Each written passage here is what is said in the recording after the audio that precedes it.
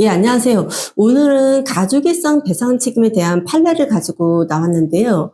법의 전문가이신 변호사님과 함께 이 판례를 통해서 가족일상 배상 책임에서 어떻게 보상이 되는지에 대해서 한번 말씀 한번 들어보겠습니다. 안녕하세요. 안녕하세요. 그 변호사님, 요즘에 보면 아이들이 학교에서 친구랑 싸운다든지 하다가 보면 아주 좀 큰일이 또 발생하기도 하잖아요. 사실은 이제 이게 상상하기도 싫지만 굉장히 큰 사건들이 발생했다면 어떻게 해야 될까요? 오늘 말씀드린 사례도 이제 실제로 있었던 일인데요. 네. 한 중학교에서 네. 친구끼리의 다툼이 이제 한 피해 학생의 안타까운 사망으로까지 이어졌던 사건입니다.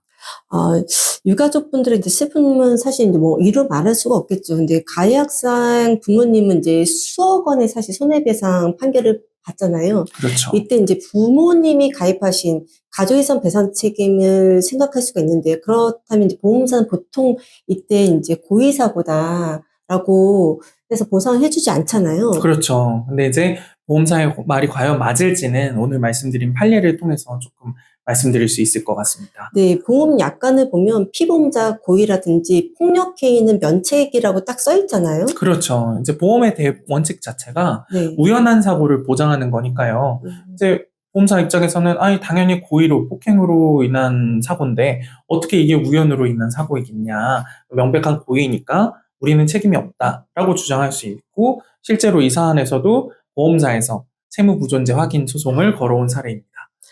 시청자 여러분들도 언뜻 들으면 이제 때리고 싸운 거니까 고의사고 맞지 않나라고 생각할 수도 있는데 법원은 어떻게 그렇죠. 판단했죠? 법원에서는 여기서 이제 핵심 키워드를 기억을 해보셔야 될 텐데요. 피보험자 개별 적용의 원칙이라는 것을 들고 나왔습니다.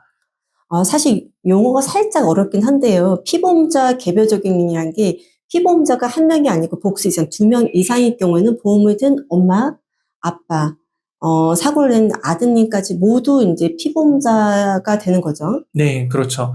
판결 문구를 제가 그대로 말씀을 드릴게요. 손해배상 책임보험에서 동일한 사고로 피해자에 대하여 배상 책임을 지는 피보험자가 복수로 존재하는 경우에는 피보험 이익도 피보험자마다 개별로 독립하여 존재하는 것이므로 각각의 피보험자마다 보상 책임의 유무를 결정하는 것이 원칙이다. 라고 설시가 되어 있어요. 즉 아이가 때린 거는 아이 입장에선 고의일지 모르겠지만 부모님의 책임은 고의가 아니라는 그렇죠. 거죠? 아이는 고의일지 모르지만 말씀하신 대로 부모님은 아이를 제대로 감독하지 못한 부주의, 결국 과실 때문이라는 거잖아요. 그래서 과실로 인한 책임을 지는 거지 아이랑 같이 고의 책임을 부담할 수는 없다라고 판결하고 있는 거고요. 한 문구만 제가 더 읽어드릴게요. 그래서 피고 부모의 손해배상 책임은 자신들의 보호감독 의무 위반으로 인한 불법행위 책임으로서 피보험자인 피고 부모의 일상생활에 기인한 우연한 사고로 부담하게 되는 손해배상 책임이라고 할 것이다. 라고 하고 있어요. 네, 이 소설에서 보면 그 책임 의무자인 그 자녀는 피보험자에서 빠졌고 소송 대상에서 빠졌고 부모님이 비록 이제 아이가 사고를 쳤지만 본인들의 부주의 때문이기 때문에 보험의 혜택을 받을 수 있다라는 거죠. 그렇죠. 이런 개별 책임을 가지고 보험사에서는 이제 끝까지 약관에는 이런 개별 적용 조항이 없지 네, 않냐라고 그렇죠. 따졌는데요. 대법원에서는 이제 대법원에서까지 확정된 판결에 의하면 그 약관에는 따로 써 있지 않지만 당연히 각자 따져야 된다라고 부모의 손을 들어준 사례입니다. 그래서 결론은 이제 보험사도 1억 원 한도 내에서 보험금을 지급하게 됐고, 보험사가 이제 고의라서 안 된다. 이때 대부분 사람들이 이러한 판례를 알고 있는 사람도 많지도 않을 텐데, 이런 분들은 고의라서 당연히 안 되는 게 당연하다라고 생각하겠죠. 네. 그래서 오늘 판례를 조금 정리를 해드리면요. 우선 사고를 친 사람, 그리고 배상 책임을 지는 사람은 다를 수 있다. 음. 그리고 피보험자가 여러 명일 때는 법원에서는 각자의 입장에서 따로따로 면책 사유를 따지고 있다.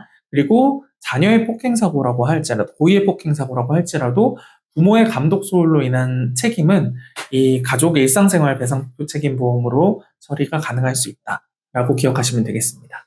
물론 이런 비극적인 사고 자체가 없어야겠지만, 혹시 모를 상황이나 이제 이럴 경우를 대비해서 우리는 보험을 드는 거잖아요. 그렇다면 나도 모르는 내가 혹시 놓치고 있는 이런 게 없는지 나의 정당한 권리가 있을 수도 있기 때문에 이렇게 보험금에 대해서 청구가 좀 막막하든지 이럴 경우에는 전문가 상담하는 게 굉장히 중요할 것 같네요. 네. 오늘 내용이 도움이 되셨다면요. 구독과 좋아요, 알림 설정까지 부탁드리고요. 다음에 저희는 더 유익한 판례로 찾아뵙도록 하겠습니다. 감사합니다. 감사합니다.